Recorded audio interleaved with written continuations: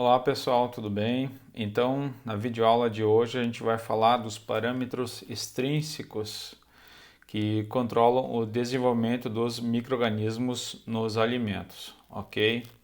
Então, quais que são os parâmetros externos que controlam o desenvolvimento de fungos e bactérias nos alimentos? São três os parâmetros, ok? Temperatura, umidade relativa do ar e a atmosfera circundante, tá?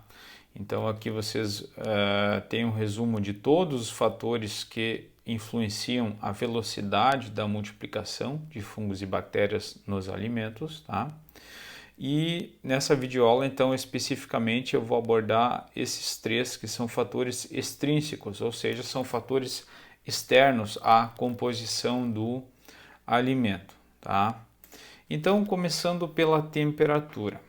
É importante vocês saberem que a temperatura ela é o fator que mais influencia a velocidade de multiplicação, tá?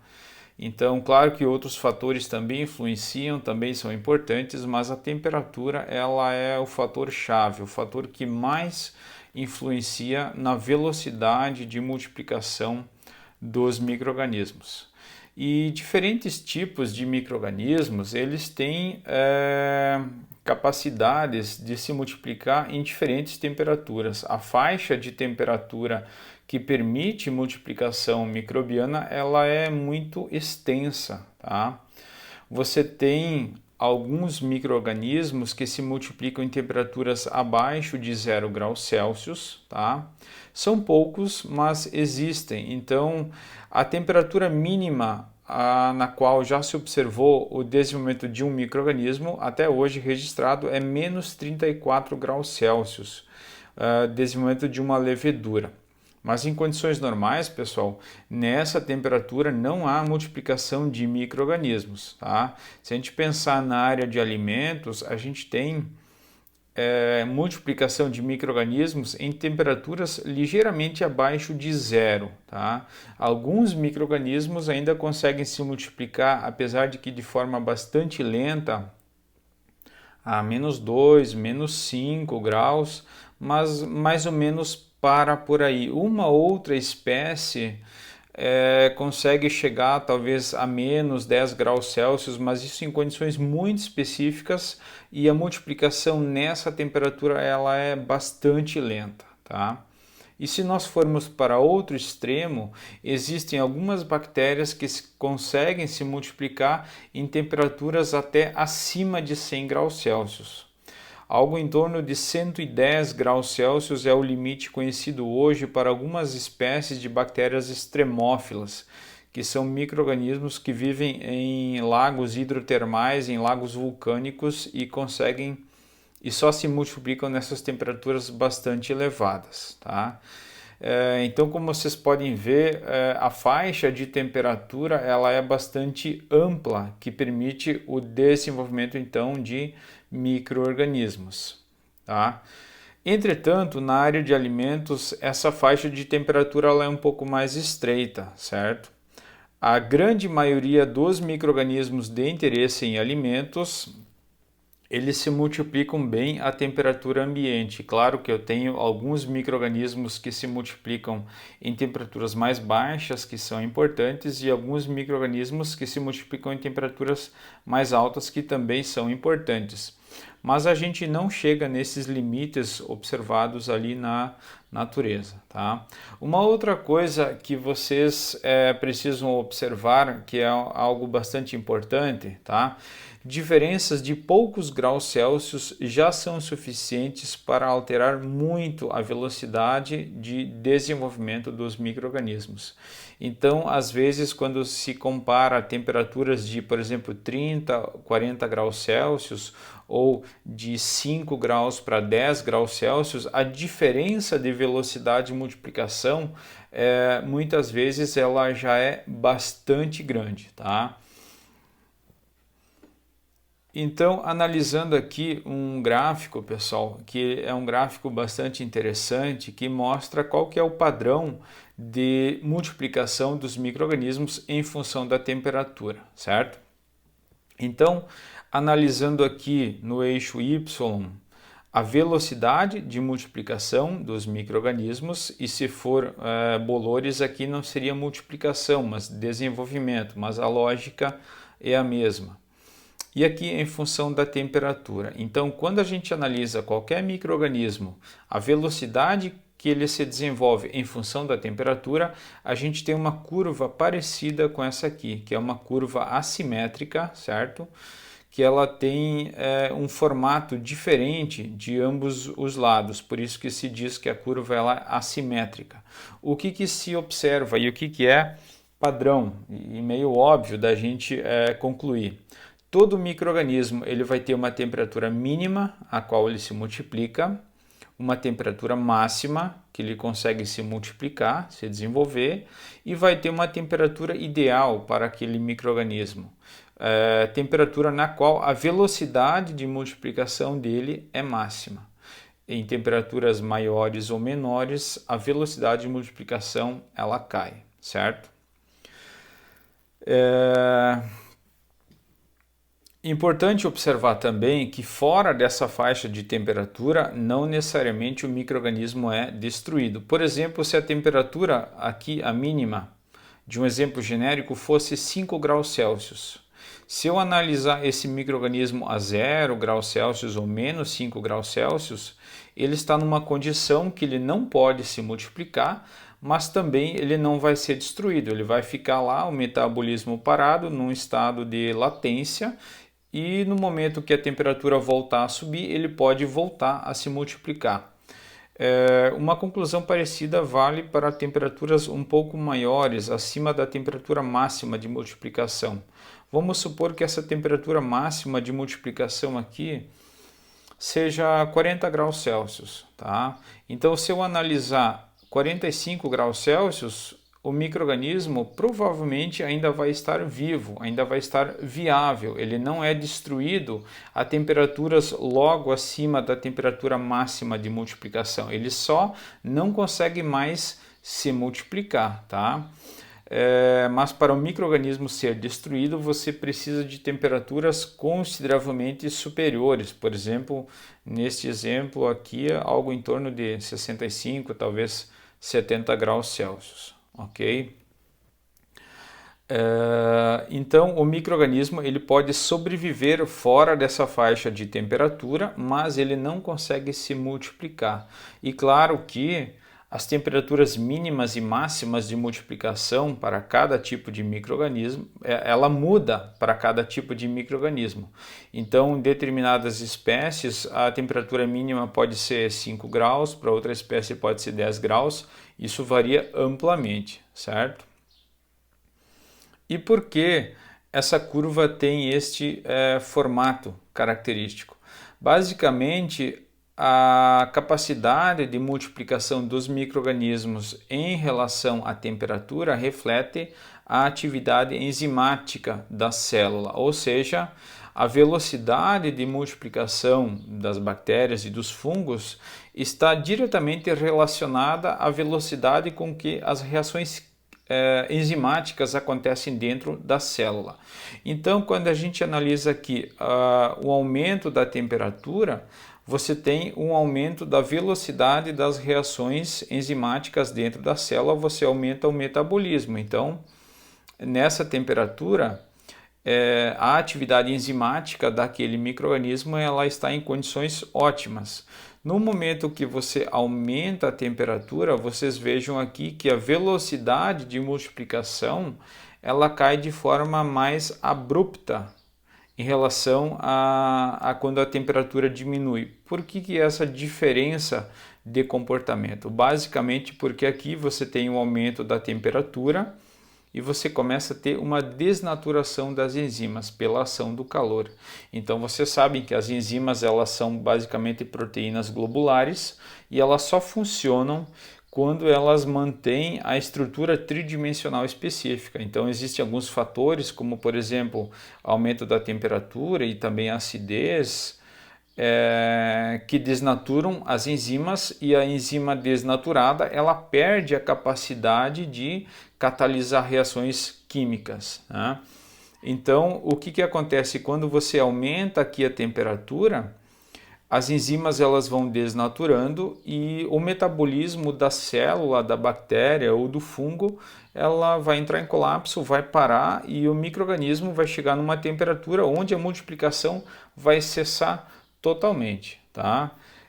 A desnaturação das enzimas não é a única explicação. Você tem uma perda da capacidade de substâncias atravessar a membrana plasmática, tanto nessa faixa de temperatura quanto nessa, e outras explicações menos explicações secundárias, digamos assim, mas a principal delas tem a ver com a atividade enzimática. Então, isso são observações bastante importantes. Quando a gente analisa a capacidade dos micro-organismos se multiplicar em diferentes temperaturas, eles são classificados em diferentes grupos, como vocês podem ver nessa tabela aqui, né? Então nós temos basicamente 5 grupos de micro-organismos. São os psicrófilos, psicrotróficos, mesófilos, termófilos e hipertermófilos. E cada grupo ele tem temperaturas máximas, mínimas e ótimas de multiplicação diferentes. Lembrando que essas temperaturas, pessoal, elas são uma média, tá? Por exemplo, dentro dos mesófilos, a temperatura mínima varia de 5 a 15 graus Celsius. Por que isso? Porque micro-organismos mesófilos aqui é representado por inúmeras espécies e cada espécie tem um limite específico. Então, na média, é em torno desses valores, né? Lembrando aqui, os hipertermófilos, eles basicamente não têm importância em alimentos, tá? Então eles estão citados aqui, mas eles não têm uma importância, eles se multiplicam em temperaturas bastante elevadas, tá? Os grupos mais importantes para alimentos são 3. E a gente analisando nesse gráfico aqui, vocês conseguem ver mais claramente em relação à tabela como que é o comportamento de multiplicação em relação à temperatura. Então, o grupo de micro-organismos mais importantes em alimentos são os mesófilos, tá? Então, os mesófilos, eles se multiplicam em torno de 10 até 45 graus Celsius. Essa é a faixa de multiplicação, com a temperatura ótima variando em torno de 30 e poucos graus, 35, 37, isso varia conforme a espécie, tá? Em relação a bactérias patogênicas, por exemplo, praticamente todas elas são bactérias mesófilas. O único exemplo, se não me falha a memória, é a Listeria monocytogenes, que é uma bactéria psicotrófica. Todas as demais, aquelas bactérias patogênicas clássicas conhecidas, todas elas são mesófilas, né? Então vocês podem observar aqui que são bactérias que se multiplicam muito bem à temperatura ambiente. Depois eu tenho bactérias termófilas e alguns fungos também, mas basicamente são bactérias que se multiplicam em torno de 40 até 75, 76 graus Celsius na média, ok? Então eles são um problema em alguns tipos de alimentos, não são muito comuns. Tá? Por que os termófilos são importantes? Muitas espécies de termófilos produzem esporos e os micro-organismos termófilos eles são muito resistentes a altas temperaturas. Então, em processos de conservação de alimentos, a quantidade de calor utilizada normalmente leva em consideração a quantidade de calor necessária para destruir micro-organismos termófilos, tá? Porque, já aproveitando a explicar, diferentes grupos de micro-organismos têm diferentes graus de resistência ao calor. Quanto maior a temperatura ótima de multiplicação do micro-organismo, maior é a sua resistência ao calor. Então, por exemplo, bactérias psicotróficas e mesófilas são facilmente destruídas pelo calor, pelas temperaturas normais de cocção dos alimentos e tratamento térmico dos alimentos. Micro-organismos termófilos, eles já são muito mais resistentes ao calor, tá? E o outro grupo importante para alimentos são as bactérias psicrotróficas, que se multiplicam em torno de -5 até 30 graus Celsius. Então, bactérias psicrotróficas, assim como mesófilas, também se multiplicam bem à temperatura ambiente. Qual que é a diferença principal entre mesófilos e psicrotróficos? Os psicrotróficos, eles conseguem se multiplicar em temperaturas de refrigeração. Isso é uma característica bastante importante, né? Então vocês vejam que micro-organismos mesófilos, a maioria deles é inibido totalmente a 10 graus Celsius. Então um processo de refrigeração que utiliza, por exemplo, 5 ou 7 ou 8 graus Celsius vai inibir totalmente mesófilos, mas não vai conseguir inibir psicrotróficos. A multiplicação deles, apesar de lenta, continua acontecendo mesmo em temperaturas ligeiramente abaixo de 0 graus Celsius, tá? Então nós temos Listeria monocytogenes, que é uma bactéria patogênica que se multiplica em temperaturas de refrigeração. Nós temos algumas bactérias deteriorantes que são importantes, que são psicotróficas, como por exemplo Pseudomonas, né? Pseudomonas é um gênero bacteriano que comumente deteriora carnes, deteriora leite cru, refrigerado, então ela tem a capacidade de se multiplicar em temperaturas de refrigeração. Certo, pessoal? Então, as principais observações com relação à temperatura seria isso, né? Relembrando então que a temperatura ela é o principal fator que influencia a velocidade de multiplicação dos micro-organismos e às vezes não. Geralmente a mudança de apenas alguns graus Celsius já muda rapidamente a velocidade com que os micro-organismos se multiplicam, tá? E eu lembrei agora, muitos bolores, tá, que pertencem aos fungos, eles também são psicotróficos. Isso é fácil de você perceber. Por exemplo, muitos alimentos refrigerados, eles são facilmente deteriorados por mofos, por bolores. Por quê? Porque os bolores, eles são, muitas espécies são psicotróficas, então se multiplicam bem a temperatura ambiente, mas a refrigeração não consegue inibir o seu desenvolvimento totalmente, certo? Então as principais características com relação à temperatura seriam estas. Outro fator, outro parâmetro extrínseco se refere à umidade relativa do ar. Só relembrando, o que é a umidade relativa do ar? É um índice que vai de 0 a 100, tá? Esse índice ele normalmente é dado em porcentagem. E a umidade relativa do ar, explicando de uma forma bem simples, ele mede a quantidade de vapor de água no ambiente. Ou seja, quanto maior a umidade relativa do ar, mais úmido está o ar, digamos assim, né? Então, quando a umidade está a 100%, significa que o ar está saturado de vapor de água naquela temperatura. Não é possível ter mais vapor de água no ar naquela temperatura. A umidade relativa do ar varia conforme a temperatura, né? Mas de forma geral, então é assim, ó, quanto maior esse índice, maior é a quantidade de vapor de água que você tem na atmosfera. Por exemplo, quando se diz que a umidade relativa do ar está em 85% ou 0,85, né? Significa que a quantidade de vapor de água presente é de 85% da quantidade máxima de vapor de água possível naquela temperatura, certo? Então é um conceito que não é muito difícil de entender. Aonde que entra a multiplicação dos micro-organismos nos alimentos com a umidade relativa do ar? Aonde é que esse parâmetro entra? Dependendo da atividade de água do alimento, que é um outro parâmetro, mas que é intrínseco ao alimento, tá? E da umidade relativa do ar do ambiente em torno, o alimento ele pode perder ou absorver água, perder ou absorver umidade.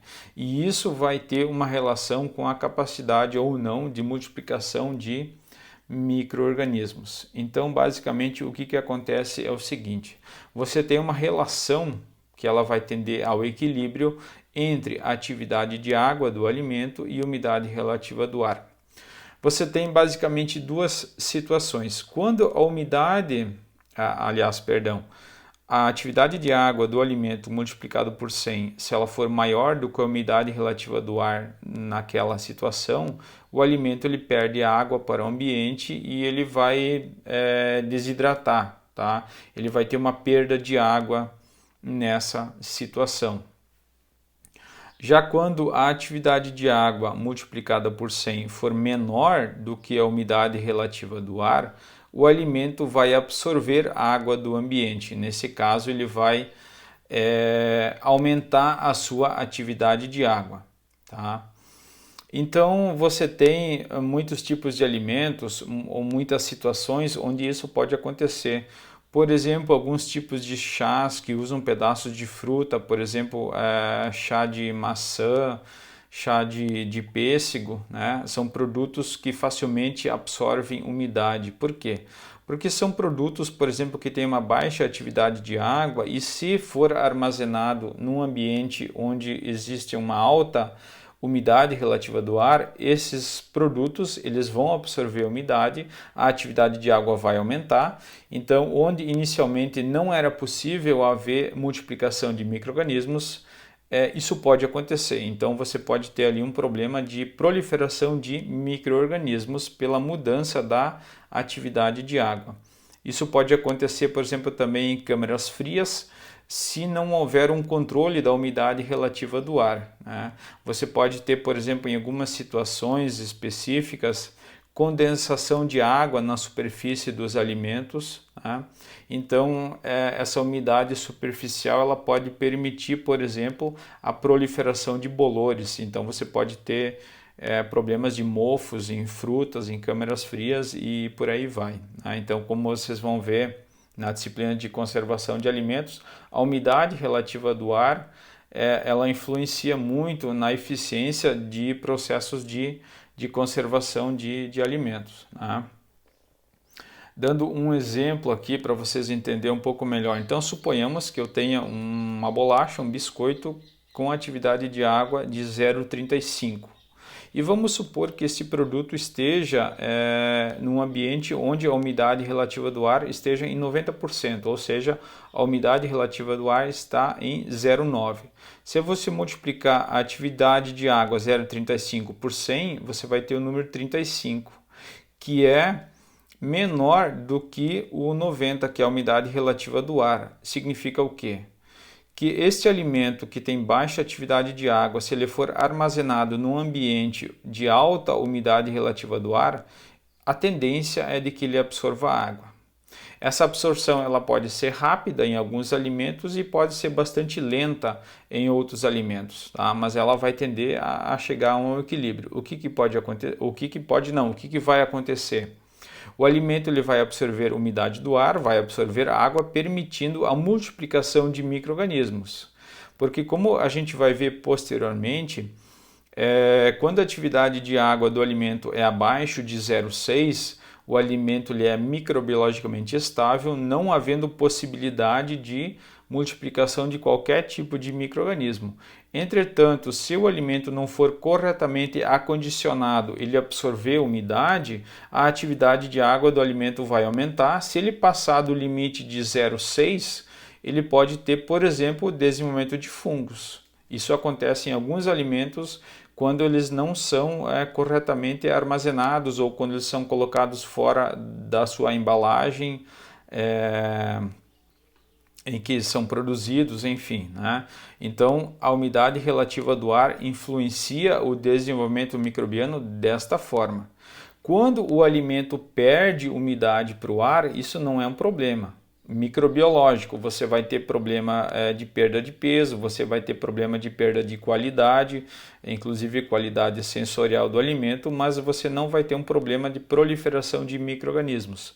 Você vai ter um problema de proliferação de micro-organismos quando a umidade, a atividade de água multiplicado por 100 for menor do que a umidade relativa do ar. Então, neste caso, o alimento, se ele não for corretamente acondicionado, se tiver numa embalagem inadequada, ele vai absorver umidade, a atividade de água vai aumentar e isso pode propiciar o desenvolvimento de micro-organismos, principalmente fungos, né, que não precisam de altos índices de atividade de água para se desenvolverem, né? E o último fator extrínseco, pessoal, é a atmosfera circundante, tá?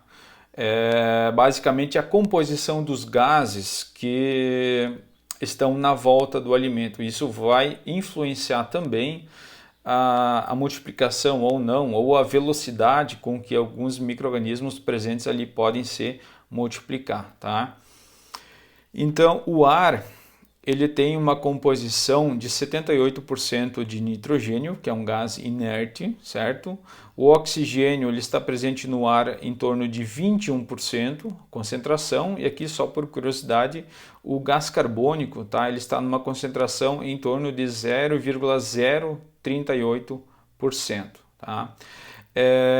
A concentração de oxigênio, ela vai ter uma grande influência na multiplicação dos micro-organismos. Que tipo de micro-organismo vai se multiplicar, em que velocidade, tá? Porque acontece o seguinte, o metabolismo dos micro-organismos, basicamente, ele é de dois tipos.